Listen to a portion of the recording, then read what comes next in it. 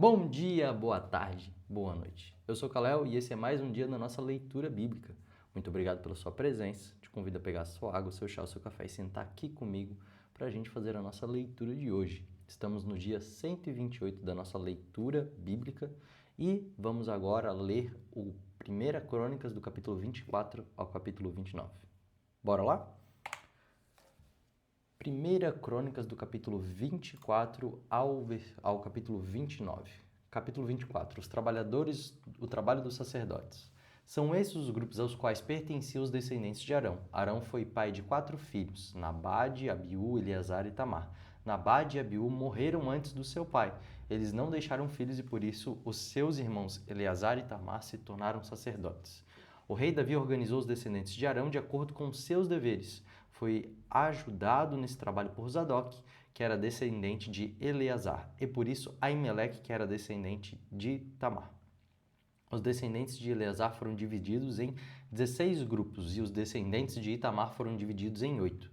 Isso foi feito assim porque entre os descendentes de Eleazar havia um número maior de chefes de famílias. Como havia oficiais do templo e líderes espirituais tanto entre os descendentes de Eleazar como entre os de Itamar, eles foram divididos por sorteio. Os descendentes de Eleazar e de Itamar foram sorteados alternadamente, e os seus nomes foram escritos num livro pelo escrivão Semaías, filho de Netanel. Foram testemunhas o rei, os seus oficiais, o sacerdote Zadok, Aimeleque, filho de Abiatar, e os chefes das famílias de sacerdotes e das famílias de levitas. Depois de tirar a sorte, os 24 grupos receberam seus turnos na seguinte ordem: primeiro, Jeoraíbe; segundo, Gedaías; terceiro, Harim; quarto, Seurim; quinto, Malquias; sexto, Miaim; sétimo, Racós; oitavo, Abias; nono, Jesua; décimo, Seconias; 11º, Eliasibe; 12º, Jaquim; 13º, Rupá; 14º, Jezebeabe; 15º, Bilga; 16º, Imer; 17º, Ezir; 18º, Rapices; 19º, Petaías; 20º, Jezreel; 21º, Jaquim; 22º, Gamul; 23º, Delaías e 24º, Mazias. Os nomes desses homens foram escritos no livro de acordo com os seus turnos para entrarem no templo e cumprirem os seus deveres conforme regra deixada por Arão, o seu antepassado, conforme o Senhor, o Deus de Israel, lhe havia ordenado. A lista dos levitas. São esses os outros chefes de famílias dos descendentes de Levi: Gedaías, descendente de Anrão, através de Sebuel; Isias, descendente de Reabias; Jate, descendente de Izar, através de Selomite; Gerias, Amaria, Jaziel e Jecameão, filhos de Hebron, por ordem de idade; Samir, descendente de Isiel, através de Mica; Zacarias, descendente de Uziel, através de Isias, irmão de Mica; Mali, Muzi, Jazias, descendente de Merari. Jazias foi pai de 3 filhos, Soão, Zacur e Ibre. Mali foi pai de 2 filhos, Eleazar e Quis. Eleazar não deixou filhos, porém Quis foi pai de um filho chamado Jeramel. Muzi foi pai de 3 filhos, Mali, Éder e Jerimote. Eram estas as famílias dos levitas. Os chefes de cada família e um dos seus irmãos mais novos tiraram sortes para serem escalados como haviam feito seus parentes, os sacerdotes descendentes de Arão. Foram testemunhas o rei Davi, Zadok, Aimeleque e os chefes de famílias de sacerdotes e de levitas. Capítulo 25. Os músicos do templo. O rei Davi e os líderes dos levitas escolheram os seguintes grupos de famílias de levitas para dirigirem os cultos de adoração: Asaf, Emã, Jedutum. Eles deviam anunciar as mensagens de Deus acompanhadas por músicas de harpas, liras e pratos. Essa é a lista dos homens escolhidos para esse serviço. Os 4 filhos de Asaf: Zacur, José, Netanias e Azarela, que os dirigiam, era Asaf, e anunciavam as mensagens de Deus quando o rei mandava. Os 6 filhos de Jedutum: Gedalias, Zeri, Jesaías, Simei, Asabias e Matitias, dirigidos pelo seu pai, eles anunciavam a mensagem de Deus acompanhados por música de liras e cantavam louvores e agradecimentos a Deus o Senhor. Os 14 filhos de Emã: Buquias, Matias, Uziel, Sebuel, Jerimote, Hananias, Hanani, Eliata, Gildate, Romantiezer, Josbecasa, Malote, Otir, Maziote. Deus deu a Rema, o profeta do rei. esses 14 filhos e também 3 filhas, conforme havia prometido, a fim de dar poder à rema. Todos os seus filhos cantavam nos serviços religiosos do templo, tocavam pratos, liras e harpas. Quem os dirigia era o pai. Asaf, Jedutum e Remã estavam debaixo das ordens do rei. Os músicos treinados para trocar instrumentos e cantar louvores a Deus o Senhor eram 288 ao todo. Para organizar os turnos de serviço, todos eles tiraram sorte, tanto os jovens como os velhos, os já treinados e os principiantes. Esses 288 homens foram divididos de acordo com as suas famílias em 24 grupos de 12, cada grupo com um chefe. Esta é a ordem dos seus turnos de serviço. Primeiro, José, da família de Asaf. Segundo, Gedalias. Terceiro, Zacur. Quarto, Zeri. Quinto, Netanias. Sexto, Buquias. Sétimo, Jezarela. Oitavo, Jesaías. Nono, Matatias. Décimo, Simei. 11º, Uziel. 12º, Razabias. 13º, Sebuel. 14º, Matitias. 15º, Jerimótimo. 16º, Hananias. 17º, Josbecasa. 18º, Hanani. 19º, Malote. 20º, Eliata. 21º, Otir. 22º, Gidalte. 23º, Maziote. 24º, Romantiezer. Capítulo 26. Os guardas do templo. Segue a lista dos levitas que foram escalados para trabalhar como guardas no templo. Meselemias, filho de Coré, da família de Asaf, dos grupos de famílias de Corá. Ele foi pai de 7 filhos que foram os seguintes, por ordem de idade: Zacarias, Gediael, Zebadias, Jactinel, Elão, Joanã e Elioenai. Obed-edom, a quem Deus abençoou, dando 8 filhos, eles foram os seguintes, por ordem de idade: Semaías, Josibade, Joás, Zacar, Netanel, Amiel, Iscar e Peuletai. Semaías, o filho mais velho de Obed-edom, foi pai de 6 filhos: Otni, Rafael, Obed, Eusabade, Eliú, Semaquias. Por serem valentes, todos eles eram importantes no seu grupo de famílias, e os 2 últimos eram ainda mais valentes do que os outros. A família de Obed-edom forneceu 62 homens valentes e fortes para trabalhar como guardas do templo. A família de Meselemias forneceu 18 homens valentes. Do grupo da família de Merari havia Rosá, que foi pai de 4 filhos, Sinri, que foi posto pelo seu pai como chefe, embora não fosse o filho mais velho, Ilquias, Tebaías e Zacarias. Ao todo, 13 membros da família de Rosá eram guardas do templo. Os guardas do templo foram divididos em grupos de acordo com suas famílias e receberam tarefas no serviço do templo, como os outros levitas. Fizeram um sorteio entre as famílias, tanto grandes quanto pequenas, e assim cada uma foi escalada para tomar conta de um portão. Selemias recebeu por sorte o portão do leste, o seu filho Zacarias, que sempre dava bons conselhos, recebeu o portão do norte, Obed-edom foi sorteado para o portão sul, e os seus filhos foram sorteados para tomar conta do depósito. Supim e Ozã receberam por sorteio o portão oeste e o portão de Salequemete, na estrada de cima. O serviço dos guardas foi dividido do seguinte modo: cada dia havia 6 guardas no leste, 4 no norte e 4 no sul. 4 guardas ficavam no depósito, 2 em cada um. No pátio oeste ficavam 4 guardas perto da estrada e 2 no pátio propriamente dito. Assim ficaram repartidas as tarefas dos guardas que pertenciam ao grupo de famílias de Coré e de Merari. Outros serviços do templo.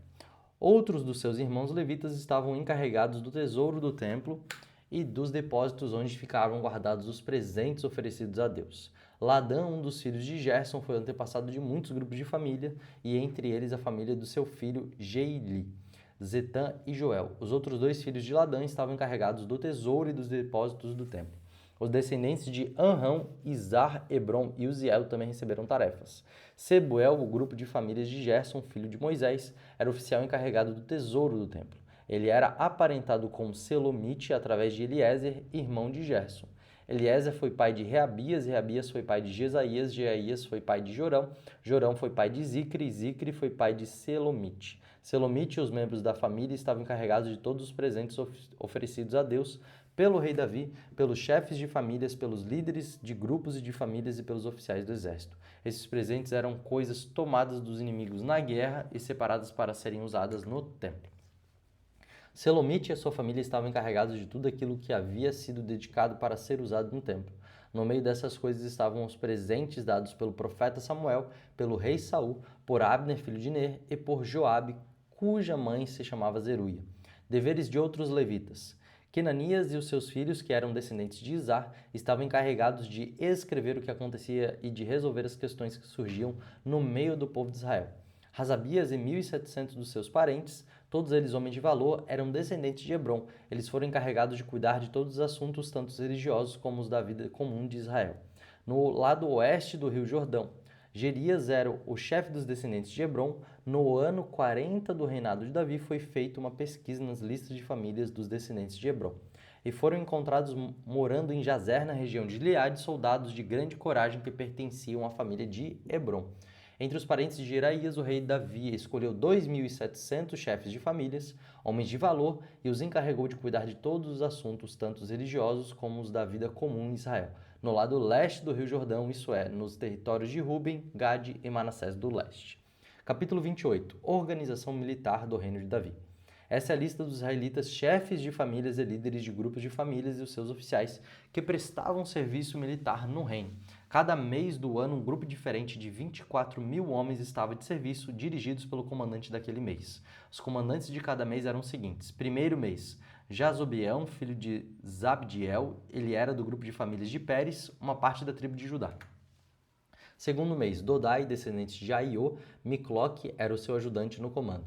Terceiro mês, Benaías, filho do sacerdote Oiada. Benaías era o líder do grupo chamado Os 30, e o seu filho Amizabade ficou no lugar dele como comandante desse grupo. Quarto mês, Azael, filho de Joabe, depois o seu filho Zebadias ficou no lugar dele. Quinto mês, Samute, descendente de Izar. Sexto mês, Irã, filho de Iques, da cidade de Tecoa. Sétimo mês, Elis, da tribo de Efraim, que era da cidade de Pelom. Oitavo mês, Sibecai, da cidade de Ruza, que era do grupo de famílias de Zera, uma parte da tribo de Judá. Nono mês, Abiezer, da cidade de Anatote, no território da tribo de Benjamim. Décimo mês, Marai, da cidade de Netofá, que era do grupo de famílias de Zera. 11º mês, Benaías, da cidade de Piratom, que ficava no território da tribo de Efraim. 12º mês, Heldai, da cidade de Netofa, que era descendente de Otoniel. Chefe das tribos de Israel. Esta é a lista dos chefes das tribos de Israel. Temos a tribo e o chefe. Da tribo de Ruben, Eleazar, filho de Zicre. Da tribo de Simeão, Cefatias, filho de Maca. Da tribo de Levi, Razabias, filho de Quemuel. Da tribo de Arão, Zadok. Da tribo de Judá, Eliú, irmão do rei Davi. Da tribo de Isacar, Onri, filho de Micael. Da tribo de Zebulon, Ismaías, filho de Obadias. Da tribo de Naphtali, Jerimote, filho de Aziel. Da tribo de Efraim, Oséias, filho de Asaías. Da tribo de Manassés do leste, Joel, filho de Pedaías. Da tribo de Manassés do leste, Ido, filho de Zacarias. Da tribo de Benjamim, Jaziel, filho de Abner. E da tribo de Dan, Azarel, filho de Jeroão. O rei Davi não contou os homens que tinham menos de 20 anos, pois Deus havia prometido fazer o povo de Israel tão numeroso como as estrelas do céu. Joabe, cuja mãe se chama Zeruia, começou a fazer um recenseamento, porém não terminou. Deus castigou o povo de Israel por causa desse recenseamento, por isso o número total não foi escrito nos registros oficiais do rei Davi. Administradores das propriedades do rei. Essa é a lista dos que cuidavam das propriedades do rei. Depósitos do rei: Asmavete, filho de Adiel, depósitos nos campos, nas cidades, nos povoados e nas fortalezas. Jonatas, filho de Uzias, trabalhadores do campo. Esri, filho de Quelube, plantações de uva Simei, da cidade de Ramá, depósitos de vinho Zabdi, da cidade de Sefã, plantações de oliveira e de figueiras que haviam nas planícies de Judá, Baal-Hanã de Gedera, depósitos de azeite Joás, gado que pastava na planície de Saron, Citrai, da cidade de Saron, gado que pastava nos vales, Safate, filho de Adlai. Camelos, Obil, que era ismaelita, jumentas, Gedaías, da cidade de Meronote, e ovelhas e cabras de Aziz, que era de uma tribo agarita. Os conselheiros do rei Davi. Jonatas, tio de Davi, um homem sábio e instruído, era escrivão. Ele e Jeiel, filho de Hacmone, estavam encarregados da educação dos filhos do rei. Aitofel era conselheiro do rei e Husai, o arquita, era conselheiro particular do rei. Depois que Aitofel morreu, Abiatar e Joiada, filhos de Benaías, se tornaram conselheiros. Joabe era o comandante do exército do rei. Capítulo 28. Davi apresenta Salomão para ficar no seu lugar. O rei Davi ordenou que todas as autoridades de Israel se reunissem na cidade de Jerusalém.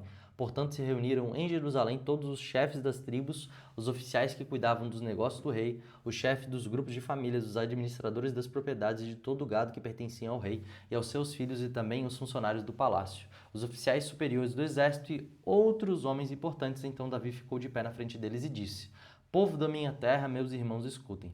Eu quis construir uma casa onde ficasse guardada para sempre a Arca da Aliança, que é o estrado dos pés do Senhor, nosso Deus. Eu havia feito preparativos para construir um templo em sua honra, mas ele me proibiu de construí-lo porque sou soldado e vi correr muito sangue. O Senhor, o Deus de Israel, escolheu a mim e aos meus descendentes a fim de governarmos o povo de Israel para sempre. Pois ele escolheu a tribo de Judá para que dela saíssem os reis. Da tribo de Judá ele preferiu a família do meu pai, e entre os filhos do meu pai ele me escolheu para me fazer rei de todo o povo de Israel. Ele me deu muitos filhos e entre todos eles escolheu Salomão para governar Israel, o reino do Senhor. E Davi continuou: Deus me disse: o seu filho Salomão é quem irá construir o meu templo. Eu o escolhi para ser meu filho e serei pai dele. Se ele continuar a obedecer a todas as minhas leis e mandamentos, como tem feito até hoje, eu firmarei o seu reino para sempre. Davi disse também: portanto, agora na presença do nosso Deus e desta assembleia de todo o povo de Israel, o povo do Senhor, eu recomendo a vocês que obedeçam cuidadosamente a tudo que o Senhor, o nosso Deus, ordenou, para que esta boa terra continue a ser de vocês e para que vocês possam deixá-la como herança aos seus filhos para sempre. E Salomão disse, e a Salomão ele disse: meu filho, reconheça o Deus do seu pai e sirva-o com todo o seu coração e livre de espontânea vontade. Ele conhece todos os pensamentos e desejos. Se você o procurar, ele o aceitará, mas se o abandonar, ele o rejeitará para sempre. Você deve compreender que o Senhor o escolheu para construir o seu santo templo, portanto seja forte e mãos à obra. Davi entregou a Salomão a planta de todos os prédios do templo, dos depósitos de todas as salas e do lugar santíssimo, onde os pecados são perdoados. Deu também as plantas de tudo que tinha planejado para os pátios e as salas que deveriam ficar ao seu redor e as plantas do depósito onde seriam guardados os objetos do templo e as ofertas dedicadas a Deus. Davi também deu a Salomão por escrito a maneira de organizar os sacerdotes e levitas no cumprimento de seus deveres para fazer o trabalho do templo e para cuidar de todos os objetos do templo. O plano determinava o peso de prata e do ouro que deveria ser usado para fazer os objetos do templo, para fazer cada lamparina e candelabro, as mesas de prata e cada uma das mesas de ouro, onde seriam colocados os pães oferecidos a Deus.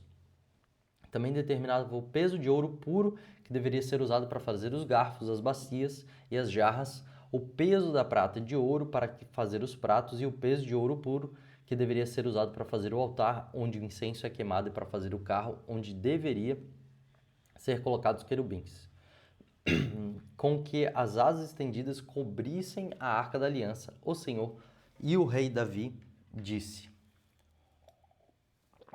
tudo que está nessas plantas foi escrito de acordo com as instruções que o Senhor me deu, explicando como tudo deve ser feito. E disse ao seu filho Salomão: seja forte e corajoso e mãos à obra, não desanime nem tenha medo, pois o Senhor, meu Deus, estará com você. Ele não abandonará, mas ficar com você até terminarem todas as obras da construção do templo. Os sacerdotes dos levitas foram escalados para cuidar do serviço do templo. Trabalhadores que sabem fazer todo tipo de serviço, estão prontos para ajudá-lo, e todo o povo e os seus líderes estão às suas ordens. Capítulo 29. Ofertas para a construção do templo. Depois o rei Davi disse a todo o povo: o meu filho Salomão é o único a quem Deus escolheu, mas ele ainda é jovem sem experiência. O trabalho a ser feito é enorme, porque não se trata de uma construção de um palácio, onde vão morar pessoas, mas de um templo para Deus, o Senhor. Para construir o templo do meu Deus, preparei com todo o esforço o material necessário, isso é, o ouro, prata, bronze, ferro, madeira, pedras de ônix, pedras preciosas, pedras de várias coisas para os mosaicos e muito mármore. Mas além de todos os preparativos que fiz para o templo, dei também prata e ouro que me pertencem, pois amo o templo do meu Deus. Dei mais de 100 toneladas de mais puro ouro e 240 toneladas de prata pura para revestir as paredes do templo e para todos os objetos que os artesãos vão fazer. Agora, quem está disposto a dar ofertas ao Senhor Deus por vontade própria? Então os chefes dos grupos de famílias, as autoridades das tribos, os oficiais do exército e os administradores de propriedades do rei deram de livre vontade para a obra do templo o seguinte: mais de 170 toneladas de ouro, 10.000 barras de ouro, 340 toneladas de prata, 615 toneladas de bronze e 3.420 toneladas de ferro. Aqueles que tinham pedras preciosas deram essas pedras para o tesouro do templo, que era administrado por Jeiel, do grupo de famílias de levitas de Gerson. O povo deu de boa vontade ofertas a Deus o Senhor, e eles ficaram alegres porque havia sido dado tanto. O rei Davi também ficou muito feliz. Davi louva a Deus. Então, ali em frente de todo o povo, o rei Davi louvou a Deus o Senhor. Ele disse: Ó Senhor, Deus dos nossos antepassados Jacó, bendito sejas para sempre. Tu és grande e poderoso, glorioso, esplêndido e majestoso. Tudo o que existe no céu e na terra pertence a ti. Tu és o rei, o supremo governador de tudo. Toda riqueza e prosperidade vem de ti. Tu governas todas as coisas com o teu poder e a tua força, e podes tornar grande e forte qualquer pessoa. Agora, nosso Deus, nós te agradecemos e louvamos o teu glorioso nome. No entanto, o meu povo e eu não podemos de fato te dar nada, pois tudo vem de ti e nós somente devolvemos o que já era teu. Tu sabes, ó Senhor, que tanto os nossos antepassados como nós passamos pela vida como estrangeiros, como pessoas que estão de passagem. Os nossos dias são como uma sombra que passa e não podemos escapar da morte. Ó Senhor nosso Deus, nós trouxemos toda a riqueza a fim de construir um templo para honrar o teu santo nome, mas tudo isso veio de ti e tudo é teu. Eu sei que tu pões à prova corações e amas as pessoas corretas. Com honestidade e sinceridade, eu te dei de livre vontade tudo isso, e veja com que alegria que o teu povo que está reunido aqui trouxe de boa vontade ofertas a ti. Ó Senhor, Deus dos nossos antepassados, Abraão, Isaque e Jacó, conserva para sempre no coração do teu povo essa disposição e pensamento, e guarda-o fiel a ti.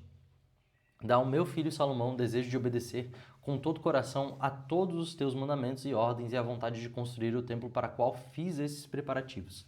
Então Davi disse a todo o povo: Louvem o Senhor, o nosso Deus. E todo o povo louvou o Senhor, o Deus dos nossos antepassados. Todos se ajoelharam e encostaram o rosto no chão, adorando a Deus e prestando homenagem ao rei. No dia seguinte mataram animais em sacrifício, dedicando-os a Deus, o Senhor, e depois os entregaram ao povo para que os comessem. Além disso, 1.000 touros novos, 1.000 carneiros e 1.000 ovelhas foram completamente queimados no altar. Também trouxeram ofertas de vinho naquele dia, comeram e beberam com muita alegria na presença de Deus. Depois foi anunciado pela segunda vez que Salomão era rei. Em nome do Senhor, eles o ungiram como o rei e ungiram Zadok como sacerdote. E assim o rei Salomão sentou-se no trono de Deus, o Senhor, em lugar de Davi, o seu pai. Ele enriqueceu e todo o povo de Israel lhe obedecia. Todos os oficiais e soldados e até os outros filhos de Davi prometeram ser fiéis a Salomão. O Senhor fez com que todo o povo respeitasse Salomão e o tornou mais glorioso que qualquer outro rei que havia governado Israel. A morte de Davi. Davi, filho de Jessé, governou todo o povo de Israel 40 anos, 7 anos em Hebrom e 33 anos em Jerusalém. Ele morreu bem velho, rico e respeitado, e o seu filho Salomão ficou no lugar dele como rei. A história do rei Davi, do começo ao fim, foi escrita pelos profetas Samuel, Nat e Gad. Essa história fala a respeito do seu governo, do seu poder e de todas as coisas que aconteceram com ele, com Israel e com os países vizinhos de Israel. Essa foi a nossa leitura de hoje. E na leitura de amanhã nós já vamos entrar no livro de 2 Crônicas. Uma coisa muito, muito legal que nós vimos no começo da nossa leitura era aquelas genealogias, era aquela forma de fazer com que cada um dos sacerdotes fossem colocados no seu devido lugar. Uma coisa muito importante que Hebreus vai falar para nós é que nenhum homem toma por si mesmo a honra de estar ministrando diante do Senhor e diante das pessoas, ou seja, a posição sacerdotal. Antes, é o próprio Senhor que chama essas pessoas para esse lugar. No Antigo Testamento, a gente vai poder ver que somente as pessoas de uma determinada tribo ou de uma determinada família é que tinham essa honra ao sacerdócio. Mas nós, no Novo Testamento, a partir do sacerdócio de Cristo, somos o quê? Somos filhos de Deus e somos irmãos de Cristo, ou seja, nós pertencemos à mesma família que Ele. E Ele tem essa tríplice identidade. Ele é rei, Ele é profeta e Ele é sacerdote. Assim como nós falamos ontem da nossa responsabilidade sacerdotal, nós não simplesmente tenhamos que pensar que nós precisamos fazer coisas sacerdotais. Não, em Cristo Jesus nós somos sacerdotes por natureza e por excelência, segundo a natureza e excelência dele. Ou seja, a nossa vida é uma vida sacerdotal. A nossa vida aponta para a adoração, nós queremos ou não fazer isso.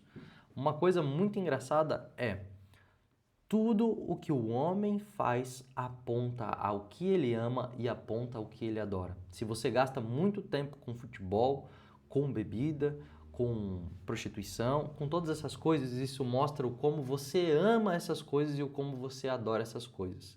Se um homem gasta o seu tempo com Deus fazendo a obra do Evangelho e estabelecendo boas obras sobre os homens, é porque ele ama e adora a Deus de todo o coração dele.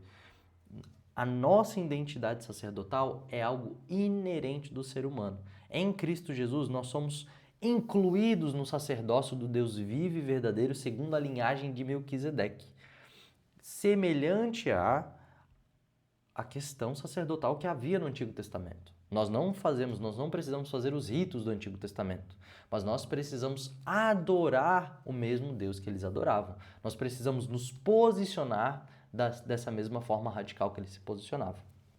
Outra coisa muito legal também que a gente vai ver é como era feita a organização desse reino a partir de 1 Crônicas. Quando a gente vai ler a história de 1 Samuel, de Reis, a gente vê muito essa questão muito visceral de como estava acontecendo tudo dentro, como estava acontecendo em relação ao pecado de Davi, em como Salomão herdou o trono e todas essas coisas. Mas aqui a gente vê uma visão mais administrativa e isso é muito bom para nós, porque não existe nada que perdure sem administração e organização. Eu, por administrador, como sou, eu tenho uma frase que eu adoto. Administração não é você gerenciar bem as coisas. Administração é você perpetuar tudo aquilo que é bom. Tudo aquilo que é bom, ele deve ser administrado. Se você tem alguma coisa boa na sua vida, você precisa administrar ela. Se você tiver um relacionamento e não administrar bem esse relacionamento, logo ele vai se ruir diante dos seus olhos. Se você tiver uma empresa e não administrar ela, se você tiver uma família e não administrar ela, ou seja, todas as boas coisas necessitam de administração. E isso é uma coisa muito importante para nós, porque antes de Salomão ser eleito aquele que daria continuidade ao governo, Davi entregou para ele uma administração exemplar e falou: meu filho, eu separei para você tudo o que era necessário. E essa é uma das funções da administração, separar tudo quanto é necessário para bom funcionamento das coisas. Por isso fica essa nossa reflexão.